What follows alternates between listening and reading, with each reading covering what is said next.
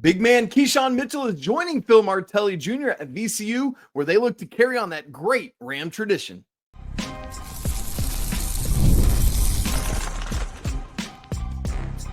You are Locked On College Basketball, part of the Locked On Podcast Network. Your team every day. Hey there, what's up? Happy Thursday. Welcome into the Locked On College Basketball Podcast, the only daily national college hoop show out there. I'm your host, Isaac Shade. You're joining me at the place to get your college basketball content every single day. It's all part of the Locked On Podcast Network.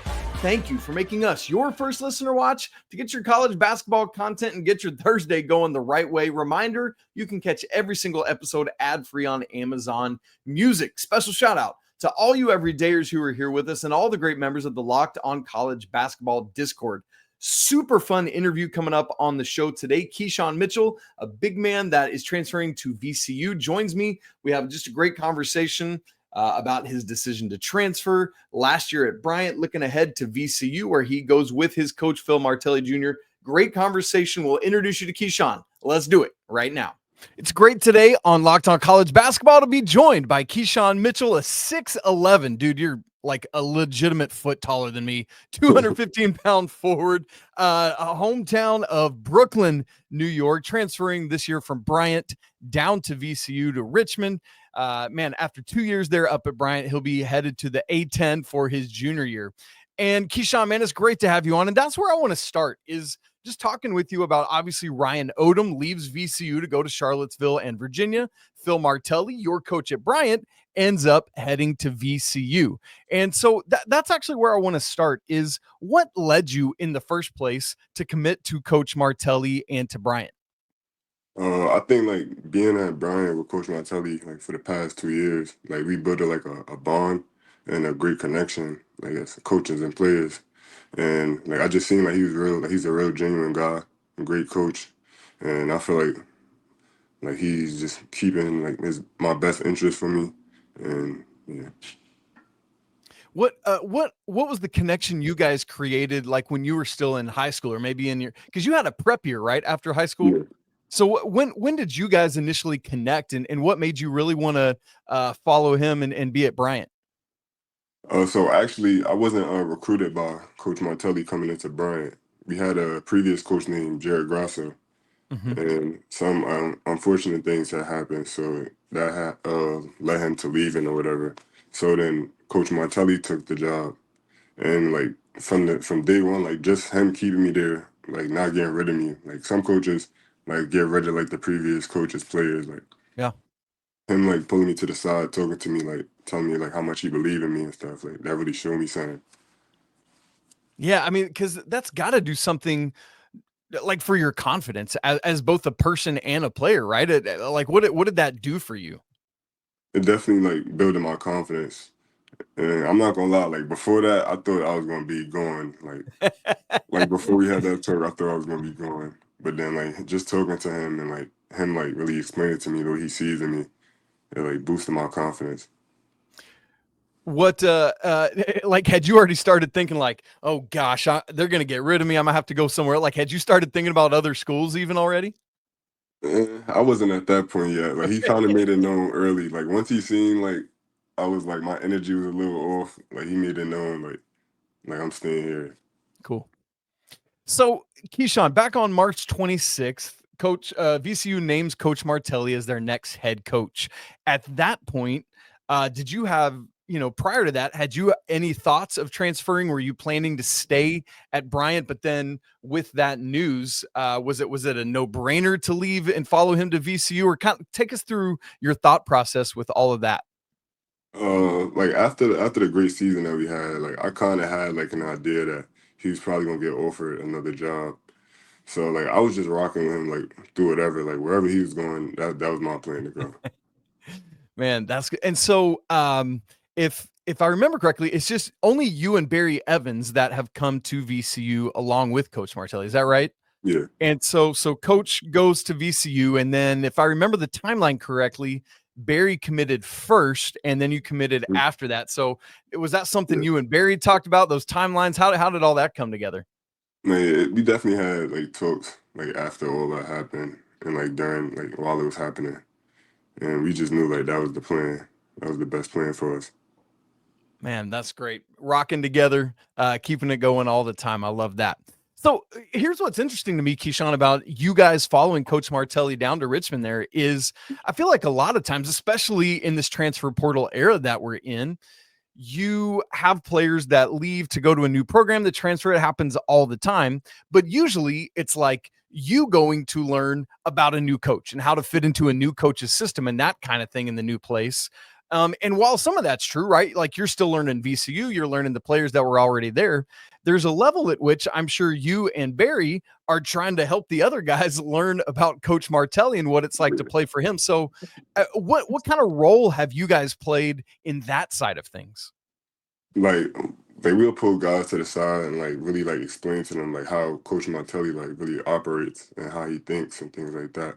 Cause he might like say some things or do some things and like have the players a little like confused about what's going on. And like we just explain to them like, yeah, that's what he does. That's what it really means.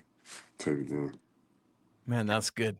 Does that make you feel like you are kind of naturally needing to step into some leadership roles with the team? Yeah, for sure.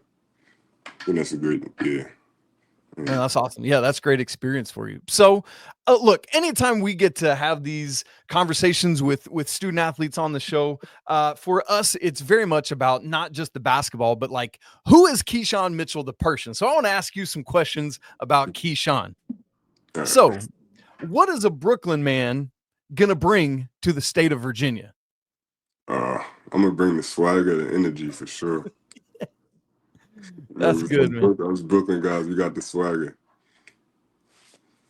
Man, that's so good. If someone was to meet you for the first time, right? Like this is the first time you and I have ever met. What would you want me to know about you, the person? I mean, I would say I'm a very caring person. Like I'm like genuine. I'm a genuine person. Like, you could talk to me about whatever. Nice. I love that, man. That's what makes that's good for humanity, right? Like that's what it means to be a person. That's awesome, dude. I love that. What are you gonna miss about obviously leaving that kind of going a little bit south down to Virginia, but leaving the New York area, leaving Rhode Island, and heading down there? What are some of the things you're gonna be missing? Well, as far as like Bryant, like I'm definitely gonna miss like the players that we had there. I feel like we built like a great bond and connection throughout the season, and like really like the other staff that's there. Yeah, man, that's great. I love it. All right, Keyshawn, look, I have crazy curly hair. It's wild for those of you listening to this and not watching it. You don't maybe know that, but it's crazy. But Keyshawn, when I watch you play basketball, man, you've got phenomenal hair. Right now it's a little closer crop, but you got some good twists going on.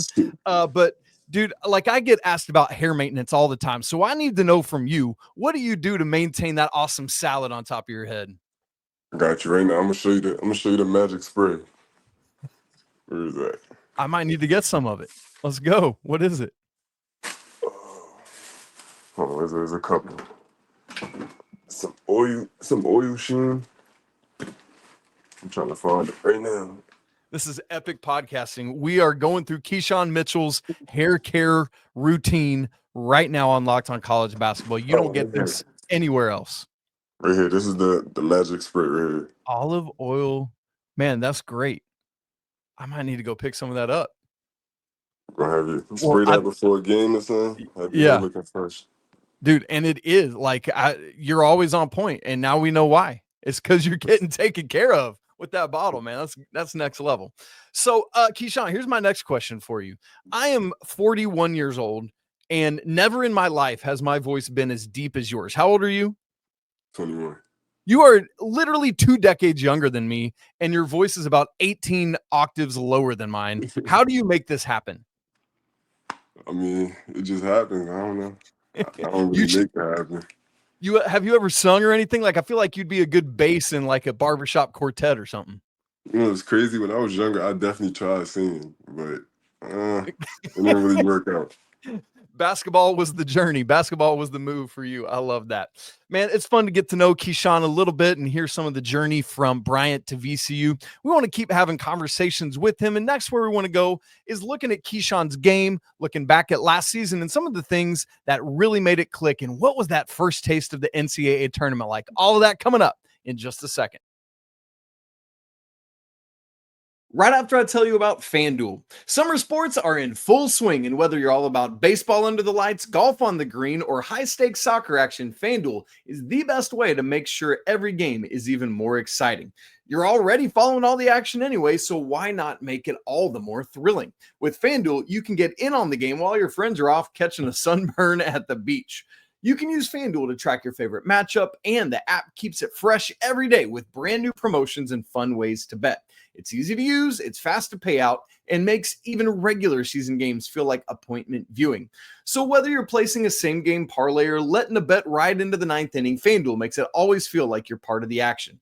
How about some Wooden Award odds for the upcoming basketball season? Purdue point guard Braden Smith leads the way at plus 400, followed by a couple freshmen, Darren Peterson at Kansas plus 850, Cam Boozer at Duke plus 1100, and then AJ DeBanza at BYU plus 1200. He's tied with Texas Tech's JT Toppin for the fifth lowest odds. Great stuff. If you want to get in on that action ahead of the season, man, now's the time to do it. New to FanDuel, new customers can bet just $5 and get $150 in bonus bets if your first bet wins. Open the FanDuel app today or visit FanDuel.com to get started. Again, it's great to be joined today by Keyshawn Mitchell, a junior at VCU after 2 years at Bryant, heading down with Coach Martelli Jr., not Phil Martelli Sr. Get that through your skulls, everybody. Which is interesting. Have you ever met his dad, by the way, Keyshawn? Yeah, for sure. Man, what an epic basketball coach, right? Yeah, he's definitely a great guy. Good night. So, Keyshawn, I want to look back at your first 2 years of college, right? Like you came in your freshman year, played some, but good night, you had a massive jump last year to your sophomore year. What is it you are working on this offseason to hopefully have a similar massive leap from your sophomore to junior year? I mean, now that like I had stepped up like a level in basketball, like I'm working on like more things like my handles, more shooting, like just to really be more versatile. Cause I'm going against like better guys. So yeah, it's good to like be versatile in this league. Man, yeah, absolutely. And part of it was, dude, just looking back through all your box scores from last year and your game logs, there was I don't know what it was, but something that just clicked for you down the stretch where like in your final 5 games, it was bonkers. Like I even thinking back regular season finale, 14-16 against New Hampshire. AEC semis, 21-13 against Albany, 14-12 against Maine in the championship. I think back, dude, that game you had against St. back in December was insane last year, 21-12. What was it down the stretch or in some of those other big game moments that really clicked for you? I think it was really more like the bigger games. It was really more like proving a point, like showing guys like I could play at this level. Like I can keep up with the players at this level, and like it just made something in my head just click, like to want to just keep going, So like so if it's a mental thing like that, like is that a thing that's achievable for 35 games of an entire season? Or do you as a basketball player kind of have to calibrate that? And it's like, I can only go that hard, every now and again. Like, how do you process all that? No, I feel like I could do it like every game. Like it's just I'm not gonna lie. Like last year, like my mentality, it wasn't like all the way where it should have been. Hmm. And like that's what I'm working on now. Like really just getting that dog mentality. Like every game, like this is what I need to go out there and do. I need to kill everybody. Hey, dude, I'm here for that. Let's make it happen. So, like, are there specific like practices or exercises you're doing that to work at finding that level of consistency for that?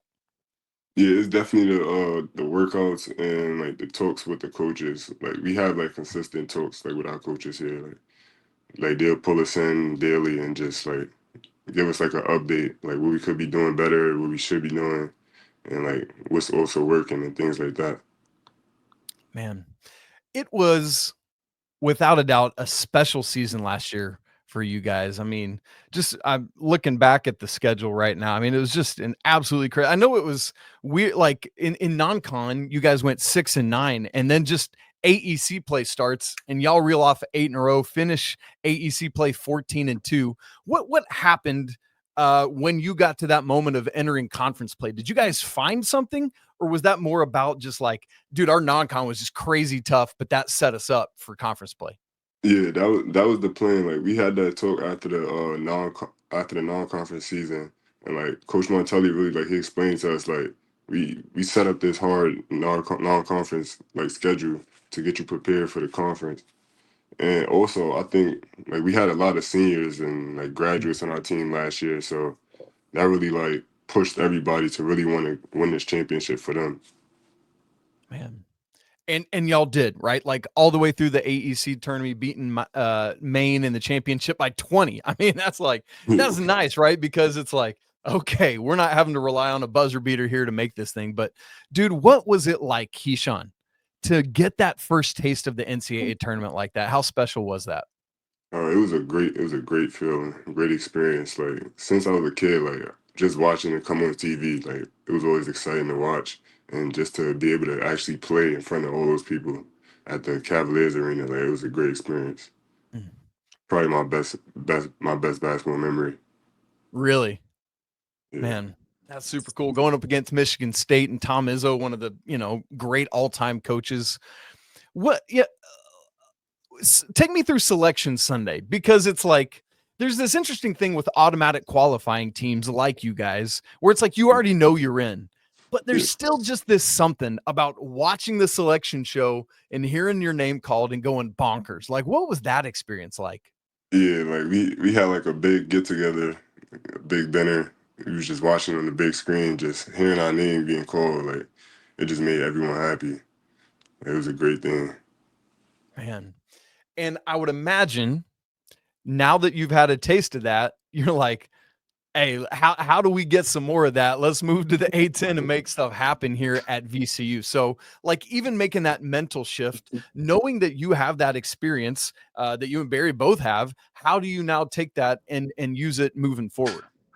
I think now, like since we made it, like we know what it takes to get there, and we just gonna keep pushing each year. Try that's the goal every year.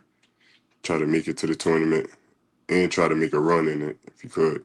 Yeah, absolutely. And that's where I want to head next to kind of wrap up the show in our last segment is looking ahead to this first year at VCU and what kind of individual goals you have, what team goals you guys are establishing, how workouts and practices are going this summer, and what it's going to take to get VCU to the top of the A10 and roll into another NCAA tournament appearance. We'll have that conversation with Keyshawn to wrap the show coming up in just a second.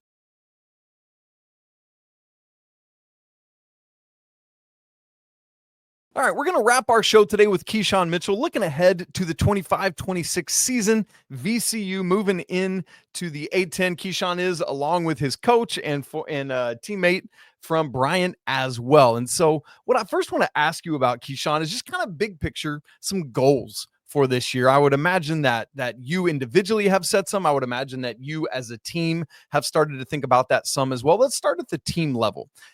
As you look at VCU this year and what you guys are going to be able to do, what are some of the goals y'all have ahead of you?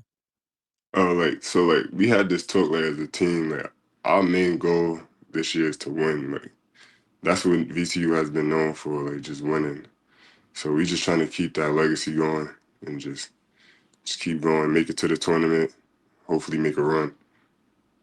I mean, it is crazy, the legacy there at VCU. Obviously, Shaka Smart and that Final Four run, and what Coach Odom's been able to do, and others in between. I mean, it's really neat to see the legacy there, and that makes me super excited for you to get to be a part of that, man. Because it's like I think people nationally look around at some mid-major schools, and like the Gonzagas and some other schools like that, but I think VCU often enters into that conversation. So what does it mean to you to be part of that legacy that you just talked about? I feel like it's a great opportunity, like for all of us actually, like to really just show, like this is what we do. Like we can do this, we can win, we can play good basketball, and play as a team. Let's switch then to the individual side of it. As you think about your own personal goals for this year, we talked about that a little bit of just some of that mentality shift. I mean, good grief. Thinking about, we talked about your jump from your freshman to your sophomore year. Your freshman year averaging 1 point a game and 1.6 rebounds to where last year you were 8.5, 6.8. I mean, just counting stats alone, that's a crazy jump. What are you looking at in terms of some individual goals for this season? This year I'm really focused on like just doing whatever I could, like all the dirty work on the court to just help my team win. Like rebound the ball for sure, play hard, and just doing whatever I could. That's what I mean. You talked about that rebounding, man. That's one of my favorite parts of your game, Keyshawn, is you led the AEC last year in offensive rebounding, both in terms of total offensive rebounds and offensive rebounding percentage. For you, is that something does that just kind of come naturally to you, or is that like a specific skill you've had to work on and grow and develop? Nah, I feel like it just came naturally. Like I just go after every rebound. Like I don't know. Man, that's so good. Yeah, I mean, it's like because I know you're 6'11", but you're a big, able-bodied, moving 6'11". You're not like a DJ Burns kind of lumbering type, right? Like you've got all this out of your area rebounding. Like, do you find that you just kind of settle down in your space, use your butt to get everybody out the way, or do you find yourself getting out of your zone? I mean, like for most big guys like that I go up against, like my speed is like one of the biggest things. Like, cause I'm very mobile, like for my size, so I feel like that just creates like a big advantage for me, especially like Man. when it comes to getting rebounds. Yeah, 100%.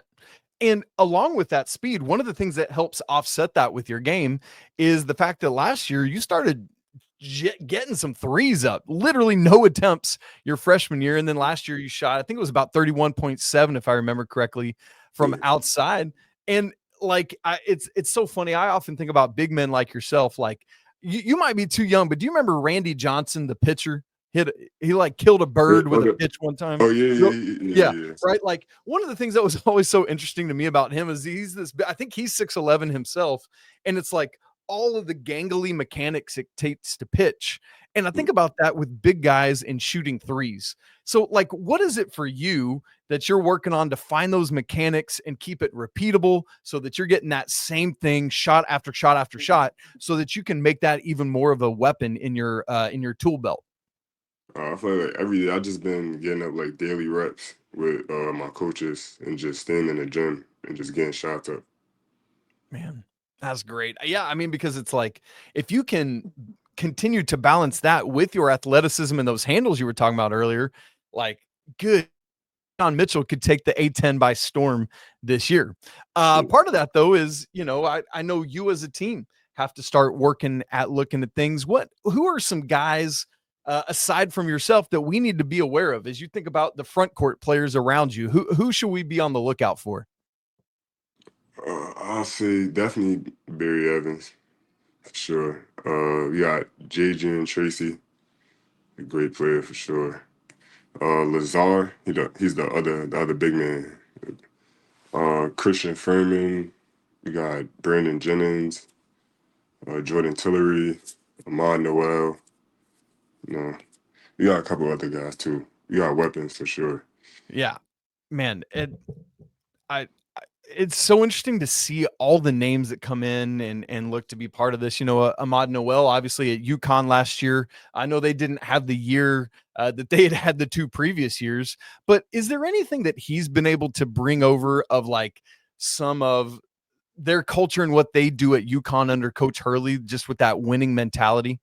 Yeah, I think he from day one since he came, like he's been showing great leadership. Like he's a loud voice. Like he's gonna make sure like guys is doing like what they have to do and make sure like we on point. That's so important. Keyshawn, one of the things I've been thinking about is I know you haven't played a game yet this year, obviously, because it's July, right? And November is still several months away. But as you start thinking about moving from the America East up to the A10, I know you already said it, but it's like there's some different levels of players and different competitiveness that you're going to have to bring to the table. What do you anticipate is going to be different with the move to the A10, and what do you anticipate is just going to be the same because it's basketball? I'll probably say like the speed and like the physicality is definitely going to be different. And as far as like something that's going to be the same, I'll say that at the end of the day, we all still basketball players. We bleed the same. We bleed the same. We play the same game. Man, that's good stuff. And it's that game that we all love that we're here for. Keyshawn, last question for you, and then we'll get out of here. What should we expect from the VCU Rams in 2025-26? Y'all should expect to see us in the tournament. And probably I'm guessing we make like a 2-3 game run. Get to that second weekend, man. That would be something special. Make the Sweet 16. So that's the goal, at least. What's it going to take to make that? Because in this era of the transfer portal and bringing so many new guys together, freshmen transfers, all of that, a brand new head coach, not a new head coach for you, but a new coach for VCU. Like, how do those chemistry pieces have to work together to make that, what you just said, achievable? I think we just got to stay like connected, like as a whole. Like we all got to have the same goal. Like, and that's just winning. Like we all got to contribute to make sure we win, and we're just gonna do it together. Man, I love that. Together, that could be a key word for the team this season. As you said, I loved you talking about earlier. Like, dude, I'm gonna do whatever it takes for us to win basketball games. Dirty work, hard work. I don't care if it's flashy or I'm wiping up the floor. I want to win basketball games, man, and I love that. So very excited to watch Keyshawn and the rest of the Rams at VCU this year, my brother. Good luck. Thank you so much for your time. Cannot wait to see y'all ball out this year. For all of you, thanks so much for tuning in to the show today. If you haven't subscribed to Locked On College Basketball on audio and video platforms, make sure you do it now so you don't miss a second of great interviews like this and all our other great conversations. If you haven't joined the Locked On College Basketball Discord, we'd love to have you in there. It's a bunch of sickos talking college basketball all day, yes, even in the offseason. That link's in the show notes. It's absolutely free to join. As always, I want to say apologies to the Lawyer family, shouts to the McBruins, let's go Wild Popes, and until tomorrow's show.